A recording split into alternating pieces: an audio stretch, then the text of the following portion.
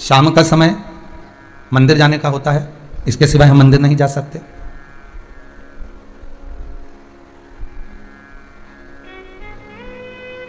तो एक निवेदन आप सबसे कहूंगा,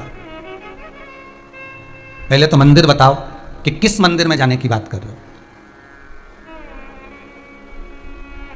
आप कौन से देवता के मंदिर में जाने की बात कर रहे हो? आप अगर राजा राम जी के मंदिर में जाने की बात कर रहे हो तो समय पर सुबह जाओ, शाम को जाओ, ठीक है। आप अगर भगवान कृष्ण के मंदिर में जाने की बात कर रहे हो तो सुबह जाओ, शाम को जाओ, जो समय लिखा है उस समय पहुंचो।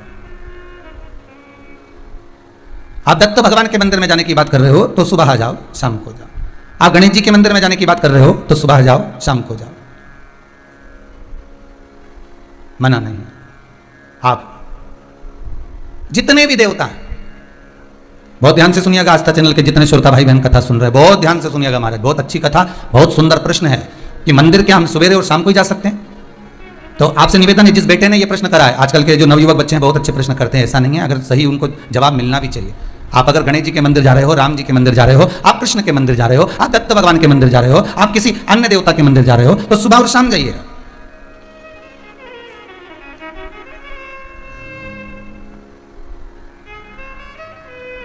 पर यदि आप शंकर और जगतजननी जगदम्बा के मंदिर में, दुर्गा के मंदिर में, भवानी के मंदिर में अगर जा रहे हो तो कोई समय नहीं है। क्यों? क्योंकि मां और बाप के रूम में बेटा कभी भी जा सकता है। माता और पिता तो बाहें पसारे खड़े हैं। मेरे राम अयोध्या के राजा हैं। मेरे राम वन में विचरण भी करे हैं 14 वर्ष, पर मेरे राम अयोध्या के राजा बनकर बैठे हैं। तो राज्यसभा में एक समय की सीमा होती है कि राजा कब बैठेंगे और राजा से कब मिलना है। मेरे भगवान द्वारका के राजा हैं कृष्ण, ब्रज के राजा हैं मेरे बिहारी जी, मेरे राधा रमन लाल जी। एक समय सीमा है कि भगवान कब मिलेंगे, राजपाट में कब प्राप्त होंगे। दत्त भगवान गुरु हैं, साधक हैं, उपासक हैं। एक गुरु के पास, एक साधक के पास, एक उपासक के पास में समय देखकर जाना पड़ता है कि कहीं वो तब साधना में तो नहीं लगे हैं।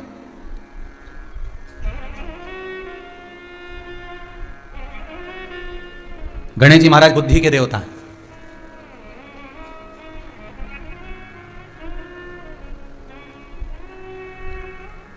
बाप और बेटे में अंतर यही है। मेरे शंकर और भगवान गणेश में अंतर यही है, एक बुद्धि के देवता है और एक दिल के देवता है। मेरा शंकर काय का देवता है?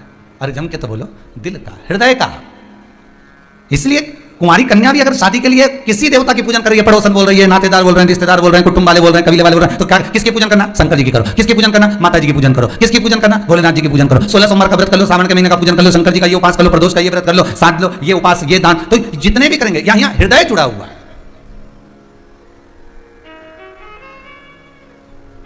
जो बहुत ज्यादा बुद्धि लगाता हो ना, जरा उससे कम मिलने का प्रयास करना। जो हर चीज में बुद्धि लगा है, यहां काय को आए। अब ये जो इतना बढ़िया रोड बन गया तो खड्डा महाराज ने क्यों करवाया? अब तुम्हें खड्डे से मतलब कि पुराण से मतलब है?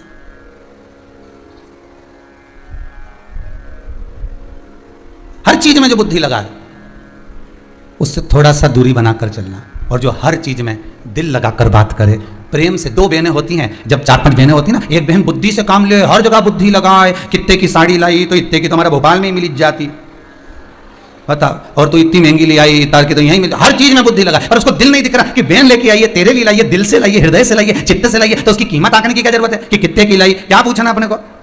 नहीं आम खाओ कि गुटली गिनो? जो बात बात में बुद्धि लगा रहा हो, जो बात बात में बुद्धि की प्रस्तुति दे रहा हो, ऐसे व्यक्ति से थोड़ा सा कम मिलिए। और जो दिल में लगाए, हृदय लगाए, चित्त लगाए, वृत्ति लगाए, उससे थोड़ा ज्यादा मिल लीजिए।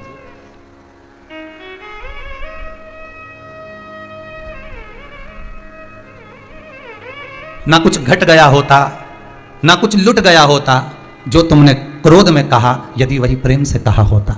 बस केवल अगर प्रेम से कहा है, दिल से कहा है, हृदय से कहा है, मन से कहा गया है, तो वो कार्य तुरंत हो जाएगा, तुरंत। एक किसी जाओ कहीं स्टेशन पर जाना, रिजर्वेशन कराने, या बिजली का बिल जमा करने जाना, या कहीं ऐसी जगह जाओ किसी ऑफिस में, और वहां जाकर जरा अच्छा जम के बोलना, जरा ये कर दे मेरा, अच्छा चिल्ला के बोलना, वो करेगा? लाइन लगाओ, चलो लाइन लगाओ, उधर से जाइए, उधर से जाओ, जल्दी निकलो इधर से, चलो उधर जाओ, लाइन लगा जाओ। और अगर वही बात अपने प्रेम से कही होती, काका जी कैसे हो, अब काका जी भी बाल खुजारिया है, कभी पहचानता तो था ही नहीं, काका कैसे लग गया। ये हृदय की बात है, दिल की बात है। काका जी बहुत जल्दी है, आज बच्चे को स्कूल भेजना है, गाड़ी में लेकर आ गया हूँ, मेरा क्या टिकट कर दोगे, क्या मेरा ये बिल जमा कर दोगे? तो वो भी कह देगा रख दे रुक जा, और सामने वाले से कह देगा रुक जा बेचारे का टिकट, तो तुरंत फॉर्म भर दिया, तुरंत टिकट कर दिया, या तुरंत बिजली का बिल जमा कर दिया। प्रेम, यहाँ संपदा नहीं दी गई है, यहाँ धन नहीं दिया गया, यहाँ दौलत नहीं दी गई है, केवल प्रेम दिया।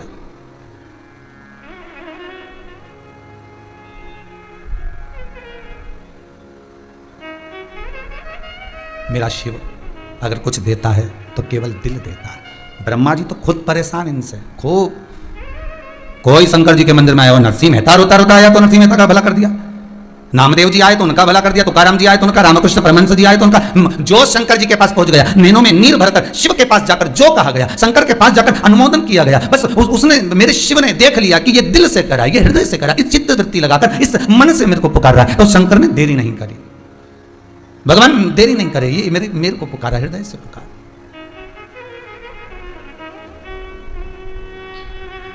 इसने बुद्धि नहीं लगाई है, इसने विवेक नहीं लगाया, और इसने जो लगाया बस केवल हृदय लगाया, हृदय लगाया। आज सबसे निवेदन है, एक राधा जी का चरित्र है।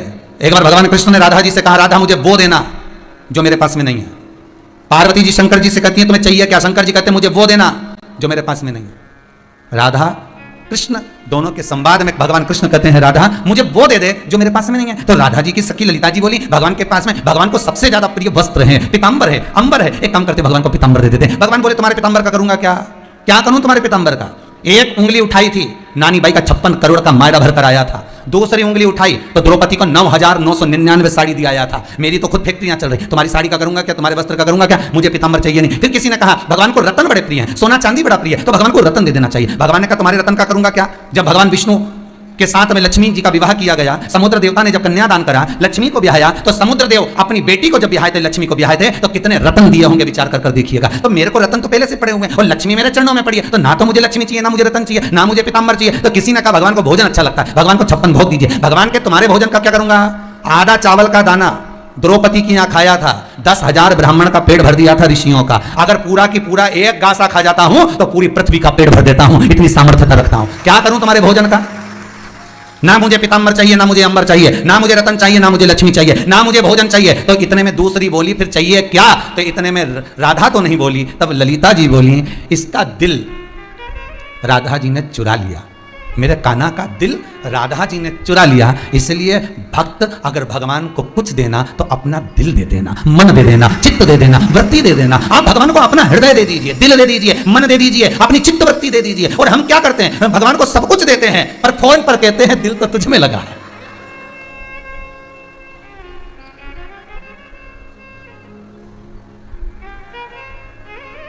जिसको देना था उसको नहीं दे पाए।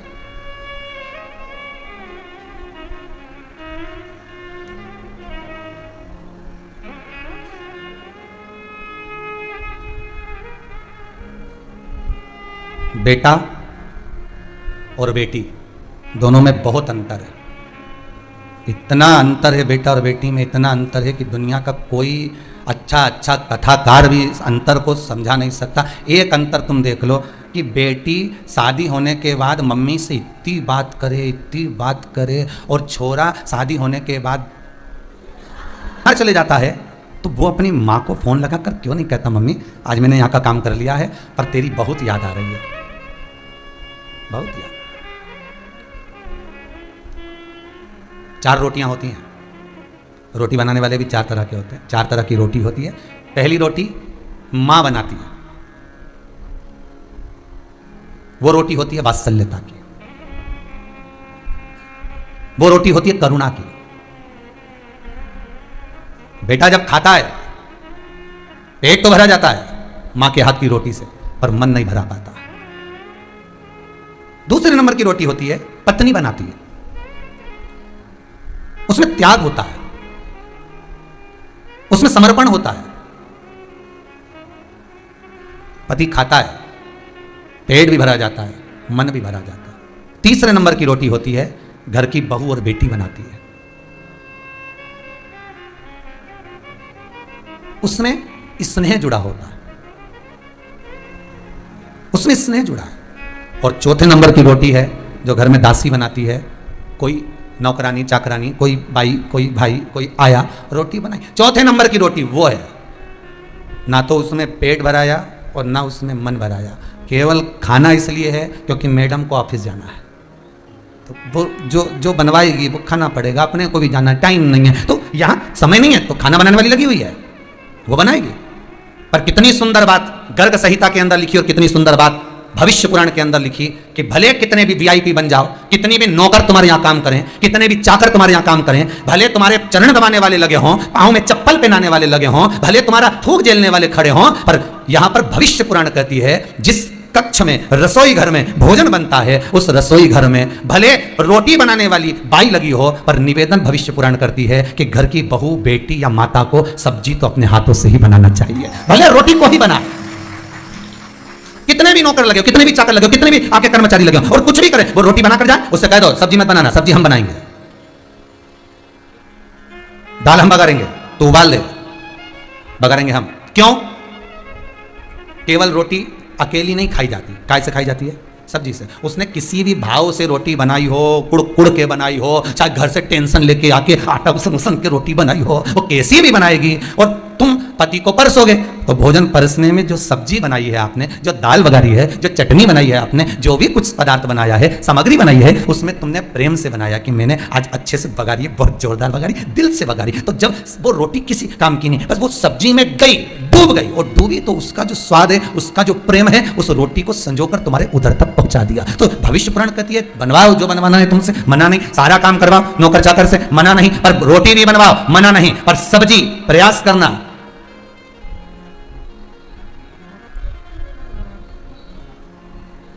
सब्जी स्वयं बनाइए, स्वयं बनाइए। किसी भी देवता के यहां जाइए, समय देखकर जाओ, मना नहीं है। वहां लिखा रहता है सुबह 9 बजे से 12 बजे तक खुला रहेगा, 4 बजे से इतनी बजे तक खुला रहेगा। और शंकर के मंदिर में कोई समय नहीं होता, मां जननी जगदम्बा के मंदिर में कोई समय नहीं होता, माता वैष्णो देवी के मंदिर चले जाओ, विजासन के मंदिर चले जाओ, सलकनपुर चले जाओ, मैहर चले जाओ, तुम जितने माता, देवास वाली माता के मंदिर चले जाओ, तुम जितनी चामुंडा के माता के मंदिर, कलकत्ता वाली माता के मंदिर, जितनी देवी के मंदिर जाओगे, जितने सिद्धपीठ जाओगे, सारी सिद्धपीठ में समय की कोई परिभाषा नहीं होती। मां के दरबार में समय की सीमा नहीं होती। क्यों? क्योंकि मां अपने बेटे से कभी भी मिल सकती है और बेटा अपनी मां को कभी भी पुकार सकता है, उसके समय की कोई सीमा नहीं है। आधी रात को भी बेटा रो रहा है, आधी रात को भी बच्चा रो रहा है, तो मां को उठना पड़ेगा, मां को उठना पड़ेगा। एक पहले एक भजन चलता था नवरात्रि में, हमने भी सुना था, आपने भी सुना होगा, बेटा जो बुलाए मां को आना चाहिए।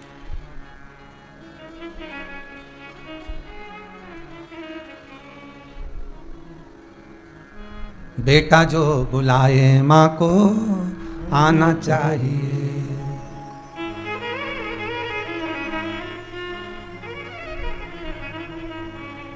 एक भाव कहा है किसी ने,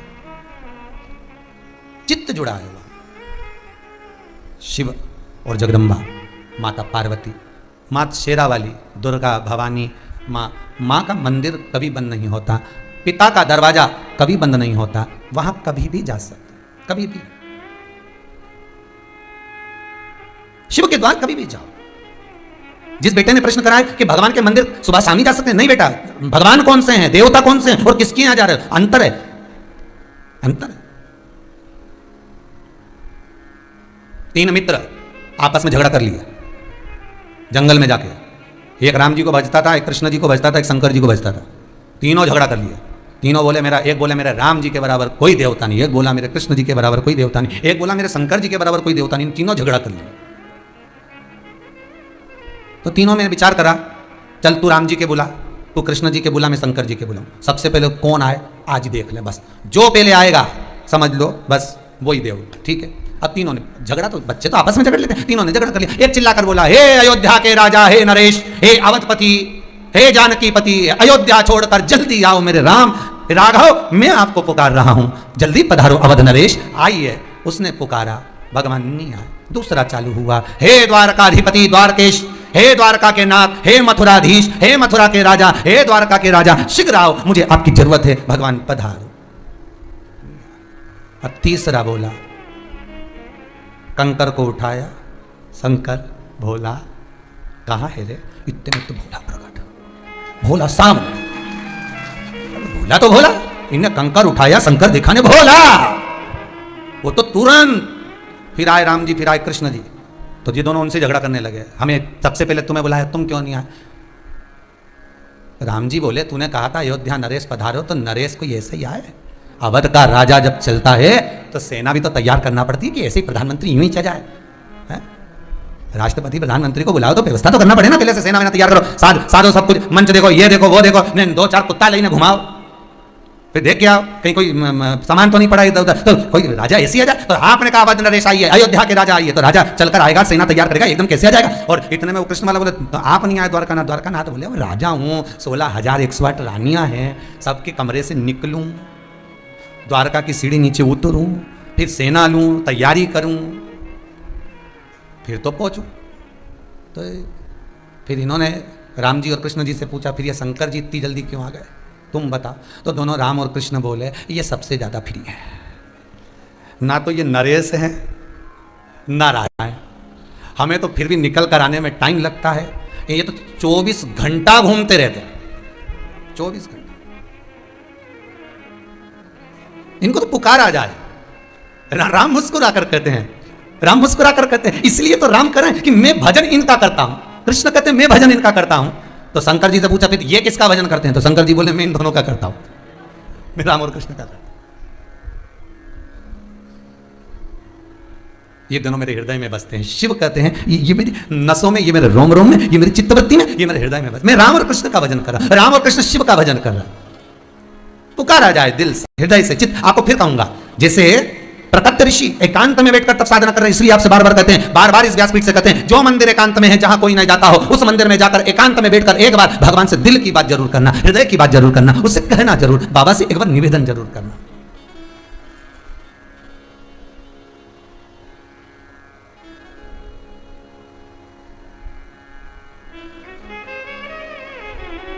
कितना सुंदर उसके हृदय बात कही है, हृदय।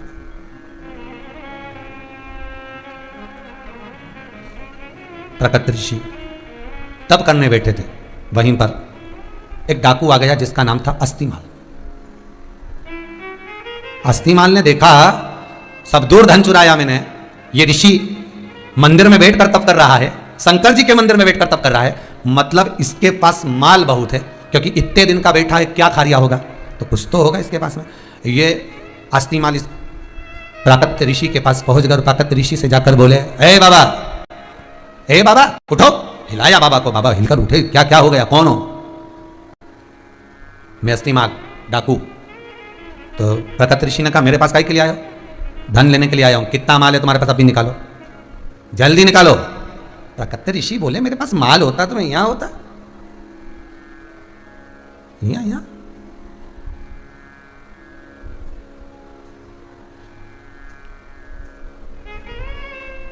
मैं यहां आता क्या? तब साधना मेरे पास, मुझे धन का लोभ नहीं है, मुझे धन की कोई आसक्ति नहीं है, मुझे तो भगवान का भजन करना है, शंकर का भजन करना है, मैं तो मंत्र जाप में डूबा हुआ। और आप अस्तिमाल तुम मेरे पास धन लेने आए हो, अगर धन तुम्हें कहीं लेने जाना है, कहीं डाका डालना है, तो कहीं दूसरी जगह जाकर धनपति क्या डालो। इतने में तो अस्तिमाल को क्रोध आ गया, और क्रोध आकर जो गुस्सा आया, और गुस्सा आकर धक्का मारा प्राकट ऋषि को। प्राकट ऋषि शंकर के शिवलिंग से टकरा गए, और शिवलिंग से टकराते ही प्राकट ऋषि के सिर में से खून बहना चालू हो गया।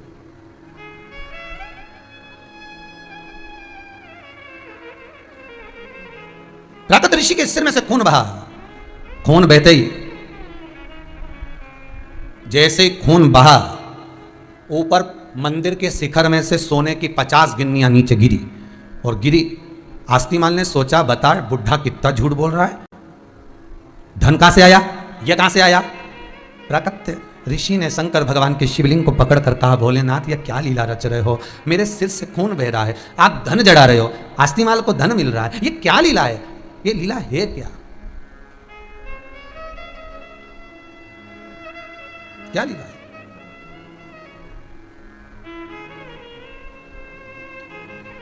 इतनी चोट मुझे पहुंचा दी आपने शंकर। हे शंभू, हे शंकर भोलेनाथ, मैं आपका भजन कर रहा हूं, मैं आपकी उपासना कर रहा हूं, और आप इतना मुझे रक्त निकलवा रहे हो, इतना रक्त।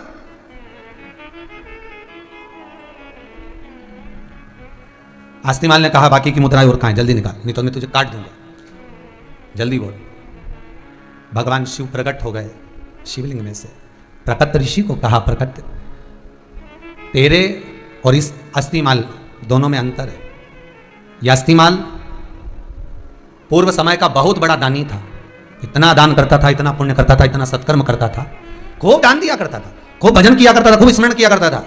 इसके भाग्य में मनुष्य देह धारण करने के बाद इसको राजा का सिंहासन मिलना था, पर यह पृथ्वी पर आकर चोरी कर कर डाकू का पद पा गया और थोड़ा थोड़ा थोड़ा थोड़ा चोरी करने लगा। तो आज इसको केवल इतनी ही सोने की मोहरें भाग्य में मिल पाई। और सुनो प्राकृत ऋषि, तुम पूर्व समय में एक मछुआरे थे, मछली पकड़ते थे, और मछली पकड़कर एकाग्रित करते वो मछलियां तड़पती मरती, उसके मरने का पाप तुम पर चढ़ा हुआ था।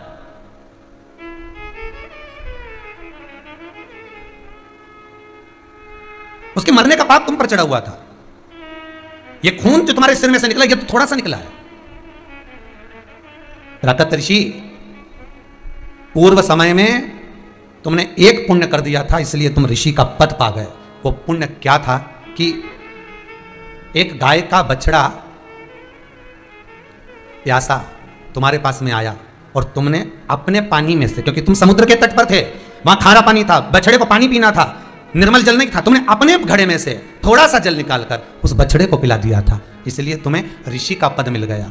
और ऋषि का पद पाने के बाद भी तुम्हारे प्राण छूटना थे, क्योंकि तुमने इतनी मछलियों को मारा था, तुम्हें तड़प तड़प कर मरना था।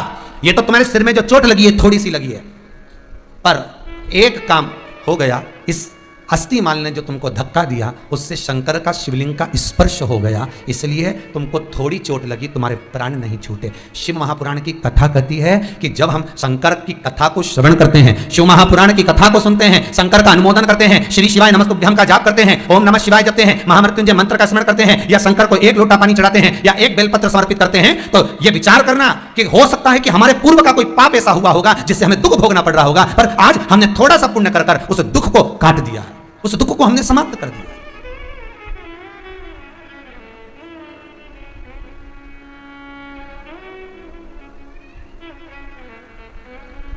उस दुख को हमने समाप्त कर दिया। महाराज, वो शिव है ही ऐसा, शिव भक्ति का भाव ही यही कहता है। आप शंकर का अनुमोदन कर रहे हैं, शिव का मात्र स्पर्श। कई कई माताएं प्रश्न करती हैं, क्या शिवलिंग का स्पर्श कर सकते हैं?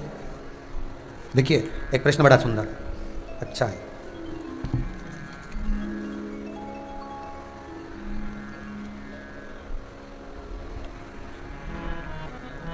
गुरुजी, आपने कहा था यदि घर में कोई पशुपति व्रत करे तो काली तिल शिव जी को नहीं चढ़ाना चाहिए।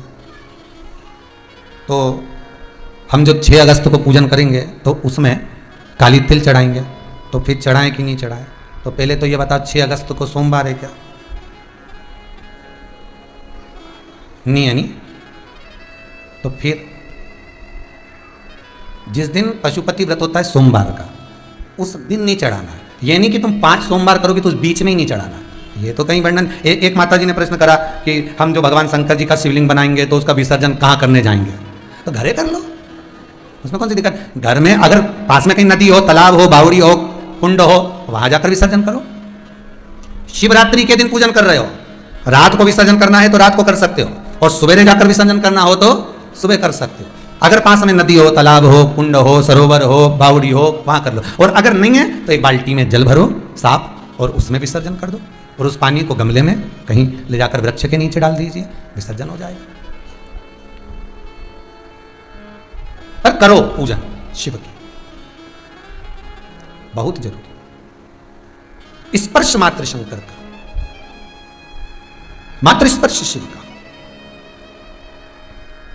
अब एक प्रश्न और खड़ा हो जाता है, महाराज जी शिवलिंग कितना बड़ा बना है?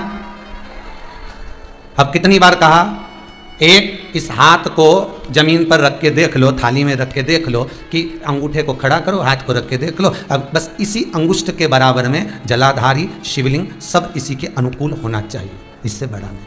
अब तुम फैशन में बना बढ़ा लो, तुम्हारी मर्जी है, तुम जितना बड़ा बनाना हो तुम्हारा मन। अब आगे तुम्हारा मन भी तो होना चाहिए ना, हमारा तो मन, हम तो इतनी सारी मिट्टी का ला, तो हम सबका बनाएंगे तो बना लो, मन तुम्हारा।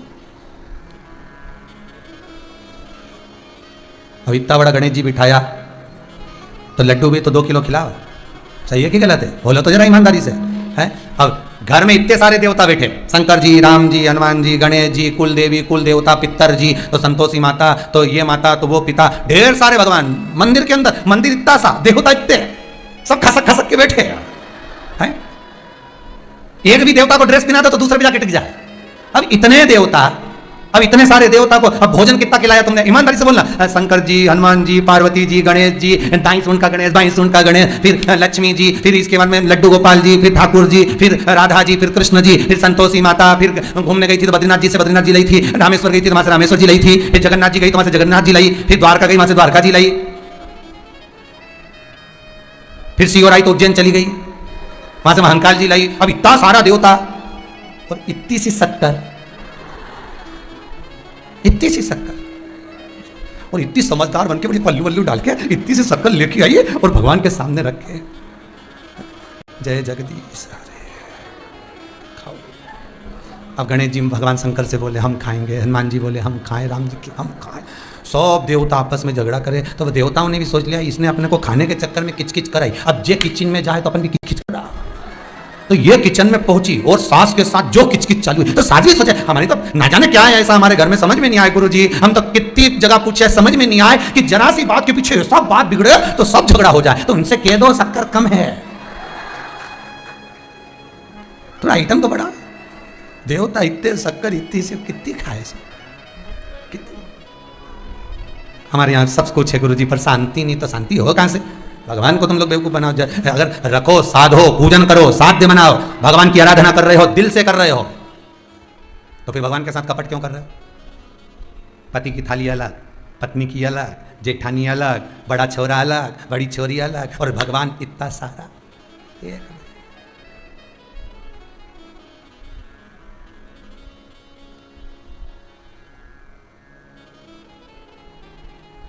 हमारी जो दादी जी रही गोलोकवासी लीलाबाई जी मिश्रा, श्रीमती लीलाबाई जी मिश्रा, दादी जी, उनका एक नियम था, जितने हमारे घर में भगवान थे नहीं, सारे भगवान के भोग भी अलग रखती थी और दिया भी अलग लगाती थी। एक भगवान इतनी शक्कर लेके बैठती थी, इतनी जितनी आपको दिखाई, और प्लेट इतनी बड़ी बड़ी 2-3 प्लेट रखती थी, सब में रख देती है, गणेश जी तुम्हारा, शंकर जी तुम्हारा, हनुमान जी तुम्हारा, राम जी तुम्हारा, और इतनी देर में वो 4 जनी जी में, इतनी देर में ये एक बत्ती लगाए, उतार के वापस धर दे, दूसरी बत्ती लगा के रख दे, तीसरी बत्ती लगा दे, चौथी बत्ती लगा, फिर रख दे, फिर 4 देवताओं की प्लेट की शक्कर कटोरी में डाल दे, फिर दूसरे 4 देवता को धो के, मैं थाली में तो जल तो रहे स्नान का, वहीं धोती जाए, मैं फिर भोग लगा दे, फिर बाकी का देवताओं के सबके भोग लगा के, सबके दिया लगा के, तब पूजन कंप्लीट करके फिर उठती मन में। तो हमको तो लगता है कि आज हमको अगर कुछ भगवान कृपा कर रहा है तो ये वही अलग अलग दिया और बत्ती का असर होगा, इसलिए भगवान कहीं कृपा कर रहा होगा, कहीं पूर्वजों का किया हुआ पुण्य सामने जरूर आता है, बेटे का किया गया पाप पूर्वजों को भुगतना जरूर पड़ता है। ध्यान दीजिएगा दोनों बातों को। पूर्वजों में जो पुण्य कर गए, दादा दादी आपके जितने बुजुर्ग पुण्य कर गए, कोई शंकर को 1 लोटा पानी चढ़ाए, कोई अनुष्ठान करे, कोई दान करा, कोई पुण्य करा, कोई सत्कर्म करा, उसका भाग तुम्हें जरूर मिलेगा अवश्य। और आप जितने लोग शिव महापुराण की कथा को भले फेसबुक पर सुन रहे हो, यूट्यूब पर सुन रहे हो, 40-40, 38-38 हजार लोग मोबाइल ले लेकर बैठे हुए हैं, मैं धन्यवाद देता हूं आपको, आपकी भक्ति को, जो आप श्रवण कर रहे हैं, आपकी कथा को सुनने का जो भाव है, आपकी कथा सुनने की जो लगन है, आपकी कथा सुनने की जो रुचि है, ये रुचि केवल तुम्हारे तक नहीं रहेगी, तुम्हारी 71 पीढ़ी को तार देगी। ये रुचि वो नहीं अकेली केवल वही रुचि है कि आपने कथा, नहीं, कथा आप सुन रहे हो, और आपकी रोमावली में, आपके इस रक्त के अंदर जो आपके पूर्वजों का रक्त बह रहा है, उन पूर्वजों को वो तार रहा है, वो तार रहा है, वो कहीं ना कहीं प्राप्त हो जाता है, किसी ना किसी रूप में। शंकर का अनुभव, शंकर का अनुवादन, शंकर का स्मरण, शिवलिंग का स्मरण, शंकर का आनंद सुख, जीवन का एक आनंद देने वाला।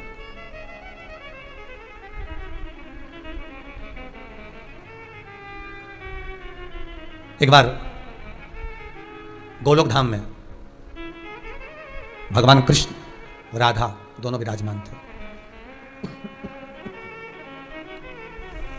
गोलोक धाम में दोनों विराजमान हैं, राधा भी है, कृष्ण भी है। अब राधा और कृष्ण दोनों विराजमान थे, तभी अच्छा, आप लोगों को कभी कभी ऐसा महसूस होता हो कि राधा कृष्ण का तो ये द्वापर में अवतार हुआ, यही राधा कृष्ण। केवल द्वापर में राधा कृष्ण नहीं, राम जी केवल त्रेता में नहीं आए, ऐसे ना जाने कितने त्रेता निकल गए और कितनी बार मेरे राम आ गए। ना जाने कितनी बार सतयुग निकल गया, ना जाने कितनी बार द्वापर निकल गया, ना जाने कितनी बार कलयुग निकल गया, और अपने जैसे ना जाने कितनी बार आ चुके। कई बार सतयुग आया है, कई बार द्वापर आया है, कई बार त्रेता आया है, कई बार कलयुग आया है। ये पृथ्वी कई बार नष्ट हो गई, पानी में डूब गई, चारों तरफ हाहाकार मच गया, सब दूर त्राही त्राही मच गई। कल आपको देवप्रयाग का वर्णन किया था, जहां पर भागीरथी और अलकनंदा का संगम है। उसको देवप्रयाग क्यों कहते हैं? उसका कारण क्या है? स्कंद पुराण में कहा गया, जब बारंबार सृष्टि जब पूर्ण तरह से जल में मग्न हो जाती है, संपूर्ण पृथ्वी जब नष्ट हो जाती है, तो देवता भी सोचते हैं, विचारते हैं कि हमें कहां जाकर रहना है। तो ये भागीरथी और अलकनंदा का जो संगम है, संगम की जो धार बहती है, जहां पर आप कभी दर्शन करेंगे देवप्रयाग का, तो वहां जो संगम की धार बह रही है, भागीरथी का जल अलग दिखेगा आपको और अलकनंदा का जल अलग दिखेगा। तो इस संगम की धार का जहां मिलन हुआ है, उस धार का स्थान देवप्रयाग में यह 33 कोटि देवताओं के विश्राम का स्थल रहा था। कई लोग तो जाते हैं बद्रीनाथ, केदारनाथ, यमुनोत्री, गंगोत्री, तो देवप्रयाग गाड़ी निकल कर चली जाती है, बस पढ़ लेते हैं देवप्रयाग, पर देवप्रयाग में रुकने का उनका मन, रुको और 50 बार गाड़ी वाले से बोला हमको रुकना है, यहां दर्शन करना है, प्रणाम करना है, नमन करना है इस भूमि पर, जिस भूमि पर संपूर्ण जब सतयुग, त्रेता, द्वापर, कलयुग जब संपूर्ण नष्ट हो जाता है, जब संपूर्ण चला जाता है, उसके बाद जब सृष्टि को पानी में डुबाया जाता है, तब केवल यह देवप्रयाग की एक भूमि ऐसी होती है जहां 33 कोटि देवता वापिस इस सृष्टि का निर्माण करने के लिए ब्रह्मा जी को उत्सुक करते हैं, ब्रह्मा जी को अग्रण्य करते हैं।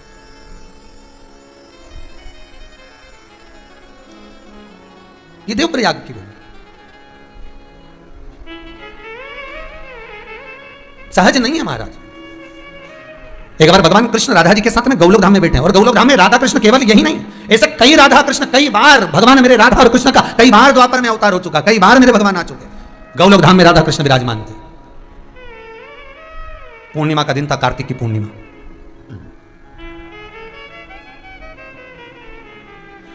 सुंदर राधा उत्सव चल रहा था, खूब सुंदर उत्सव चल रहा है। कार्तिक की पूर्णिमा है, और जब उत्सव चल रहा है, वहां पर सारे देवताओं को आमंत्रित करा गया। 33 कोटि देवता आकर विराजमान हुए।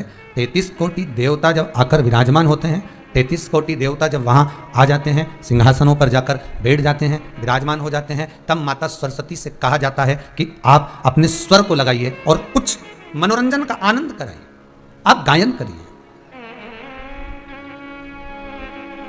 सरस्वती मैया ने जब गाना प्रारंभ करा, माता सरस्वती ने जब अपना गायन किया, मां शारदा जो बोलना प्रारंभ करी, माता सरस्वती जैसे ही गायन प्रारंभ करा, सारे 33 कोटि देवता शुद्ध बोलकर, आनंद कर बड़े उत्सुकता में, बड़े आनंद में, उमंगता में भर गए। सबकी सब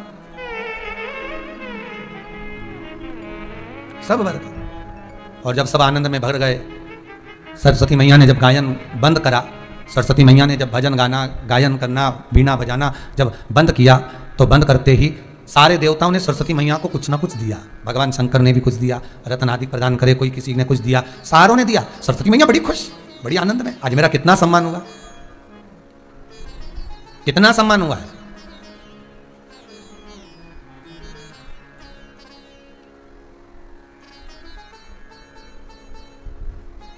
अब इतना सम्मान सरस्वती माँ का हुआ है, इतना आदर माता सरस्वती का हुआ है, सारे देवता बैठे थे, उसमें से देव ऋषि नारद ने एक बात शंकर जी को कह दी।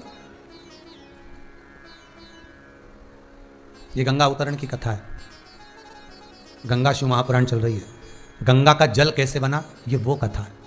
शायद आपने कभी सुनी कि नहीं सुनी, पता नहीं, पर देवी भागवत का यह पावन चरित्र, शिव महापुराण का, लिंग पुराण का, स्कंद पुराण का यह पावन चरित्र जो आप श्रवण कर रहे हैं, जीवन को उतारने वाला, कि गंगा का जल बना कैसे था। अपन ने तो कह दिया कि ब्रह्मा जी के कमंडल से गंगा निकली, अपन ने तो कह दिया कि भगवान विष्णु के चरणारविंद से गंगा निकली, विष्णुपदी कहलाई, ब्रह्मा जी के कमंडल में गई, शंकर जी के मस्तक पर गई, वहां से निकलकर सीधे गौमुख पर आई, गौमुख से सीधे निकलकर गंगोत्री में आई, गंगोत्री से निकलकर देवप्रयाग में आई, देवप्रयाग से निकलकर ऋषिकेश पहुंची, ऋषिकेश से निकलकर हरिद्वार पहुंची, हरिद्वार से निकलकर बहती बहती प्रयागराज पहुंची, प्रयागराज से काशी पहुंच गई, काशी से कलकत्ता पहुंच गई, गंगा सागर पहुंच गई। हमने तो कह दिया कि ये गंगा का जल, पर गंगा का जल बना कैसे, क्यों इसको आनंदित करते हैं, क्यों इसमें वो बल होता है कि अच्छे अच्छे रोग को मिटा देता है, अच्छे अच्छे रोग को मिटाने की इसमें सामर्थ्यता है, गंगा के जल में है। जब विदेशी, जब भारत पर इन अंग्रेजों का जो भाव था, रह रहे थे, आक्रमण कर रखा था, ये अंग्रेज जब अपने देश जाते थे तो कोई दूसरा जल भरकर नहीं ले जाते थे। 15-15, 20-20 दिन का सफर करना रहता था तो गंगा का जल भरकर ले जाते थे। कोई पूछते थे कि गंगा का जल क्यों ले जा रहे हो, तो कहा ये 20 दिन तक भी खराब नहीं हो, 1 महीने तक भी खराब नहीं हो। और वहां से जब जल लेकर आते थे अपने देश से तो वो 2 दिन में कीड़े पड़ जाते थे, सड़ जाता था, बॉटल में बदबू आने लगती थी, गंध आने लगती थी। जैसे गीले कपड़े नहीं होते, उस गीले कपड़े में कैसी बदबू आती है, वैसे ही पानी में गंध आने लगती थी। किसी भी नदी का जल भर कर रखोगे उसमें कीड़ा पड़ सकता है, वो काला पड़ सकता है, पर गंगा जल में वो तत्व छुपा हुआ है, गंगा जल में वो आनंद छुपा हुआ है कि गंगा का जल कितने भी समय भर कर रखना, कितने भी समय तक रखना, सालों साल तक रखना, पर जब निकलेगा तब गंगा का जल निर्मल निकलेगा, ना कीड़ा होगा ना उसमें कुछ मिलने वाला, बस वो निर्मलता ही देगा, सुखता ही देगा।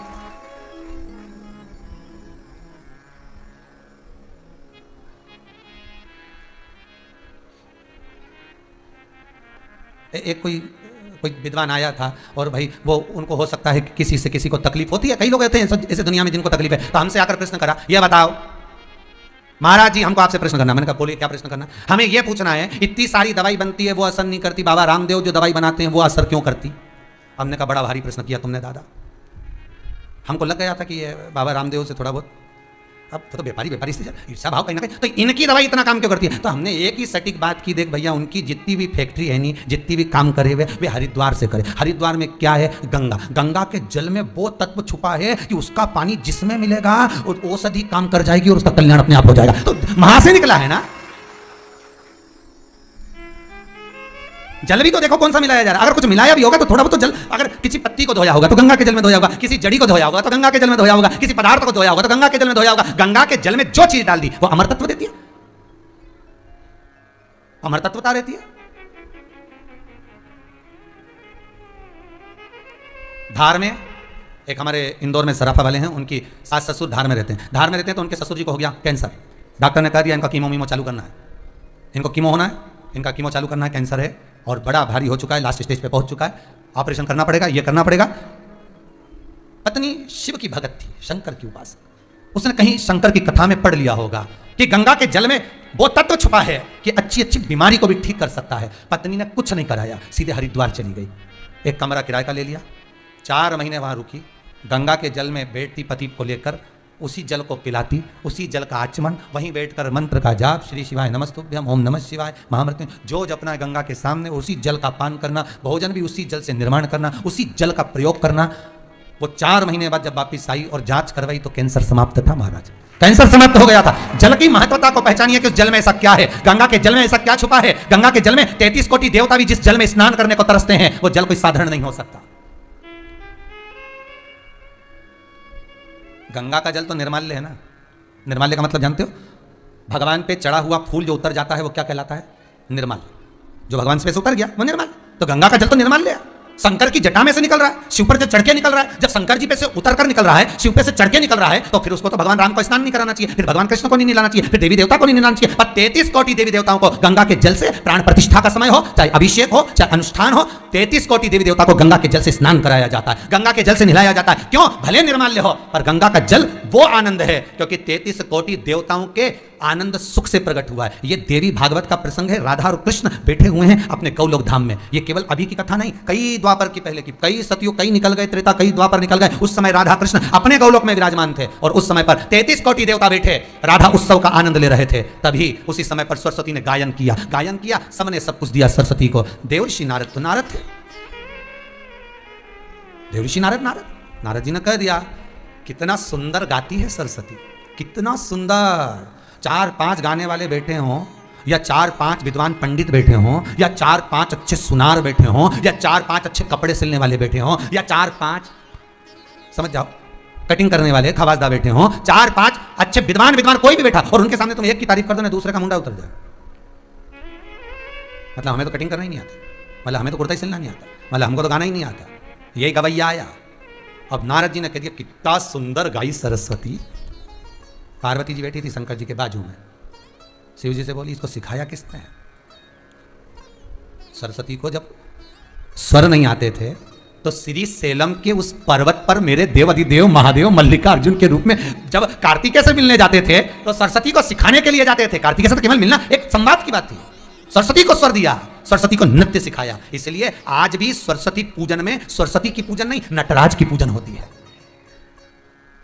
किसकी मूर्ति? नटराज। शिव ने दिया है ज्ञान। तो पार्वती जी बोली आपने ज्ञान दिया, आप गुरु और ये चेली, खाने वाली चेली नहीं, ये चेली। ऐसी चेली तुम्हारी, कितना सुंदर गाया, सब कुछ इनने पाया, और आपका तो कहीं नाम ही नहीं लिया। अच्छा, कई लोगों को बहुत डर भी लगता है, लोग भले बैठ कर कथा लिख लें, कथा रिकॉर्डिंग कर लें और कथा बोलते भी हैं, पर उनको बड़ा भय रहता है कि हमने ये कथा किसके मुंह से सुनी थी। बताएंगे नहीं, बोलेंगे कथा में, सब बोलेंगे, क्योंकि उन्होंने लिख लिख के रखी। सिगर वाला महाराज जो बोला सब लिख लिख के उन्होंने धर लिया, रख लो, बहुत अच्छी कथा लिख, अब रख लो, अब जब कथा करो तो बोलो, और बोलो तो, पर ये नहीं बोलता है कि ये तो सरस्वती ने नहीं कहा कि मुझे शंकर भगवान ने सिखाया। सरस्वती एक बार भी नहीं बोली गायन में, सबका गुणगान करा, पर शिव का नहीं मारा, शंकर का नाम नहीं लिया। अब तो नारद जी ने जैसे ही बोला कितना सुंदर गाई, तो पार्वती जी ने मन में सोचा मेरे पति के बराबर दुनिया में कोई गा भी नहीं सकता। अपने पति की बुराई कभी नहीं सुनना जिंदगी में। अब टेढ़ी छोटी वाली बाई को याद कर लेना, भला है बुरा है जैसा भी है, मेरा पति तो मेरा देवता है, वो भाई याद कर लेना। कभी लाल रिबन बांधती थी, कभी नीला बांधती थी, उसको याद कर। पति की बुराई नहीं सुनना हो, कभी नहीं सुनना। कोई कितना ही के, एक छोरी के तो गुस्सा आ गया एक बार अपने मायका में कह दिया एक दिन माँ ने, थारा पति तो बेवड़ा है, ये तो गुस्सा आ गया। तो गुस्सा में जाने कह दिया हमारा बापू भी तो बेवड़ा है। अब क्रोध, दोनों सास और बहू झगड़ी, क्यों? वो अपने पति की बुराई नहीं सुन सकती थी, तो ये अपने पति की बुराई नहीं सुन सकती। धर्म पत्नी है, मायके के जब जब जाना, सावन का महीना आ रहा है, अच्छे से जाना, पति की कभी बुराई करके मत आना, मान सम्मान बना कर आना। बहुत बढ़िया साहब। वो तो जब से शिव पुराण सुनी दिया है तो और जोरदार हो गया, और जोरदार, उनके बराबर तो कोई नहीं है। बहुत बढ़िया।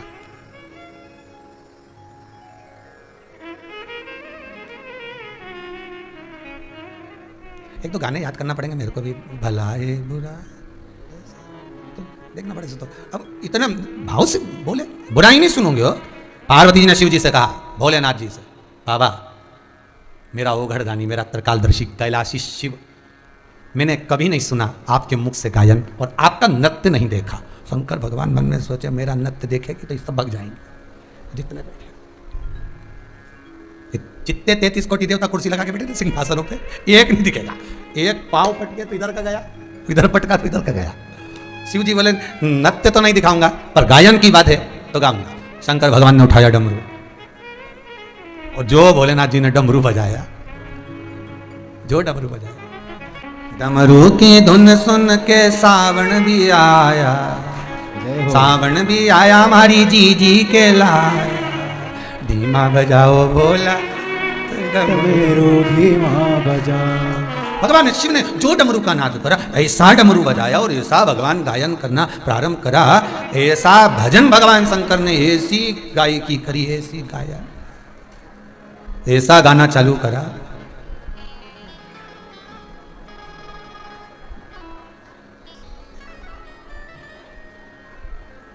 सरस्वती मैया तो गाने के बाद बंद हो गई, मतलब सरस्वती मैया ने भजन किया, गायन किया, उसके बाद बंद हो गई।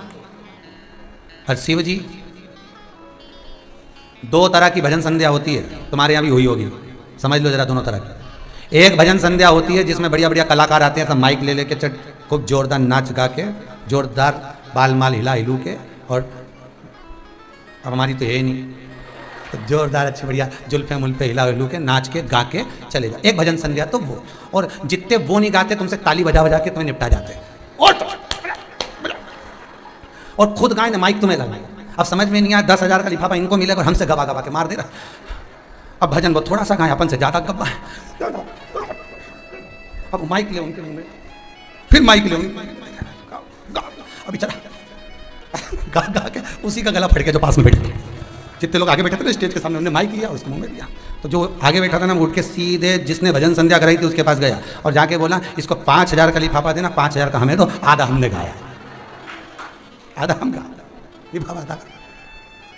दो तरह की भजन संध्या, एक में खूब जोरदार जोरदार गाएं, और वो केवल गिने चुने भजन 9 बजे चालू करेंगे, हमने पहला भजन ये वाला गणेश वंदना गाना, दूसरा ये गाना, तीसरा ये गाना, और गिने चुने भजन गाए, तुम लोगों को रिझाया चलेगा। और दूसरी भजन संध्या एक होती है गाँव में गम्मत, और वो हारमोनियम लेने, तबला ने, ढोलक लेना, फिर मंजीरा लेना, सब ऐसा घेर के बैठ जाए और लगने दो, फिर सुट्टी और चलने दो।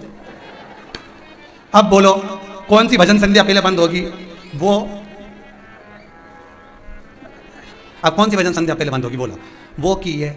तो वो जो स्टेज पे हो रही थी ना, वो तो 10-11 बजे 12 बजे अक्षतम केशवम राम नारायणम, वो तो पूरी हो गई। और इनकी तो 10-11 बजे तो चालू हुई, सुबह 4 बजे भी इनके कहीं नहीं हुई, तो चलने दो। आंबा का हंडा तो धरो पानी, और जो गम्मत चले ने 2 गाने बैठे ने 2 छुट्टी लगाए, फिर 2 गाने बैठे ने 2 छुट्टी लगाए, और चलती रहे बस ये। तब बाजू वाले ने कहा 7:30 बज चुकी है, गम्मत बंद। तब इनने चाय माय पी, घर गए, मुंडा धोया, पत्नी के तो मालूम तब भी आया। 2 तरह के, एक सरस्वती मैया ने भजन गाया और एक शंकर जी ने गाया। अब शंकर जी कौन सा गाए? जो गाए, जितने बैठे थे भगवान की गायकी में इतने डूब गए, इतने डूब गए, इतने डूब गए कि इनके सुध नहीं रही। 33 कोटि देवताओं का शरीर पिघल गया, जल बन गया। वो जल शंकर जी के चरणों में जाकर पड़ गया, वो जल गंगा जल बन गया। वही जल ब्रह्मा के कमंडल में गया। 33 कोटि देवता जल का रूप धारण कर लिए। 33 कोटि देवता। गंगा का जल केवल गंगा का जल नहीं है, एक नदी नहीं, एक सरोवर नहीं, गंगा ताल नहीं, गंगा नदी नहीं, गंगा माँ है। 33 कोटि देवताओं का संजोया हुआ जल गंगा का जल है। कोई सहज है? देवी भागवत कहती है कि वो गंगा जल सहज नहीं है महाराज।